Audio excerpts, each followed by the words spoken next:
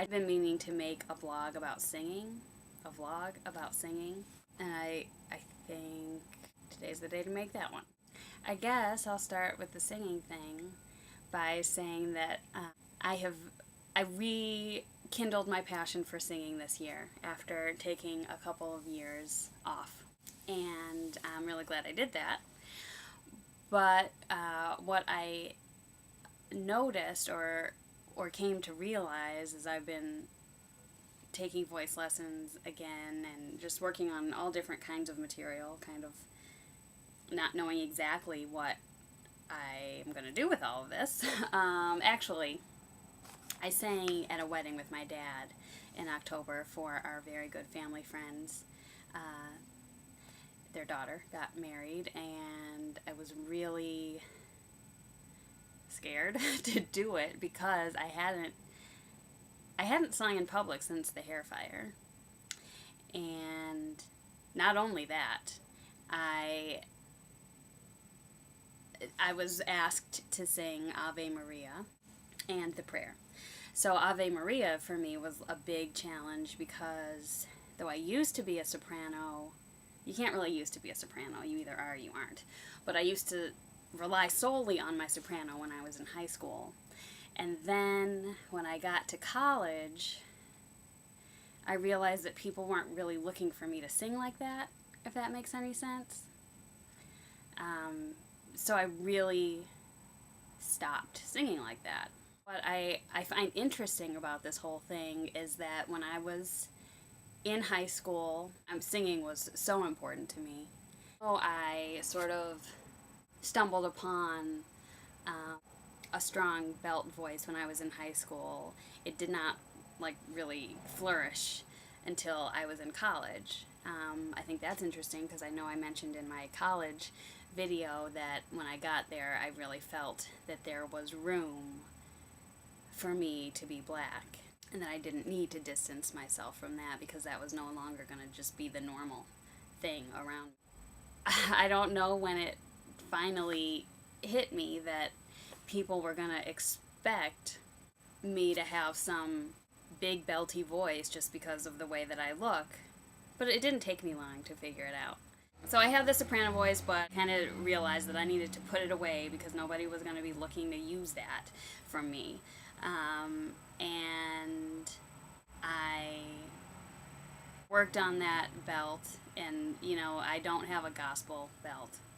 I really think that one has to grow up in that kind of thing and really just know how to use your instrument in that way, foundationally.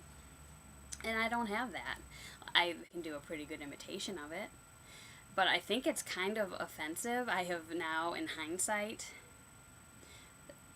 I'm offended by all the times I was asked to bring a gospel belt into an audition just because I'm black, because I really don't think that the white girls get asked to bring in some could you sing your Requiem Mass for me? On the other hand, there's all kinds of things that as a performer you need to have and, whatever. But to me, it's like, really? Are you asking Jewish people to come in and sing Jewish songs when the show has nothing to do with that? I don't know. It's just really bothersome to me. And so at the end of my, the time when I was heavily auditioning, they asked for a gospel belt. I would sing the first part of Skid Row from Little Shop of Horrors. Alarm goes off at 7. And now I think that's kind of like a smart-ass thing to do, although I didn't really think of it at that time. Anyway, now that I am more and more coming into my biracial self, I'm working on this mix of that bottom belt to just, it's really just like 5 notes that are almost too high to belt, but they're not powerful if I'm using my full head voice. And this is always something, it's like I felt bad about not having such a high belt because I think people think that's what black girls are supposed to have. And so I'm like, oh my God, I'm not black enough, which is, it has been like just a horrible, horrible thing to me. And now I'm like, of course I'm not black enough, because I'm white too. Not exclusively, just as well. What else? So I'm working on this mix, and it's going pretty well. I thought that was an interesting correlation, is that I'm trying to use my voice here and in the world, just my voice. It could be the written word, it could be the spoken word. But I'm trying to integrate this whiteness and this blackness into one thing and not one or the other, or relying heavily on one and pretending that one doesn't matter. And I see that happening in my voice lessons, that the middle part is definitely still the weakest part, and I don't always know, I can't like plan for it, which is just interesting because I don't think that my biracial identity is fully integrated, or that it's the strongest. I'm still working on it. And so I'm still working on it when I sing as well. And I don't mean to say that sopranos are white and altos are black and all that stuff. That's totally ridiculous. But I can tell you from personal experience that most often when people want to hear me sing, they expect some big belt thing to come out. And I do think that they often think that I need to be singing about Jesus, which I enjoy doing. But I don't know, it's just it's an assumption that really irking me, that you're gonna ask me for some kind of religious stuff when you don't know what my religion is. But what I also wanted to say, that yes, I am discovering this middle voice that really no one had taught me. Nobody was really teaching me that there was some middle. And it's interesting that I think a lot of people don't realize that there's some middle in between things. So I hope it's clear that I'm simultaneously talking about black and white and biracial in the middle, and soprano and alto, and some kind of a middle voice that balances the two and doesn't sound too devoid of either. Yeah, I had room when I went to college to be black, but I think that I never felt connected to my own whiteness. I always felt separate from whiteness as the black person in all of the whiteness. I'm very culturally comfortable with whiteness.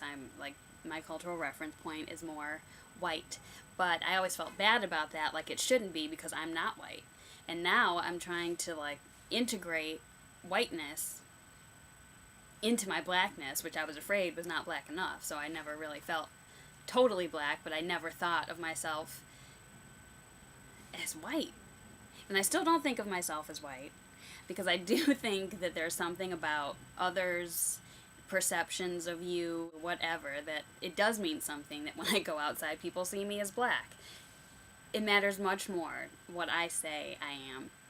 But, anyway, I'm reconnecting with this soprano voice that I totally abandoned, and it's like I'm reconnecting with my whiteness, and I'm forming this middle voice that I didn't even really know existed, and all the while that black thing, what I would tend to say is a blacker voice that comes out of me is my stronger voice. And I think that's no accident, because for most of my life so far, I thought of myself as black. So I just see this correlation to my singing in the past, my singing now, my identity in the past and my identity now, and it all forming together. So after I filmed this video, I went to a voice lesson, and it was so cool because as I was warming up, my teacher said, "Oh, this is great. Your voice is just sounding like one voice today instead of two different voices."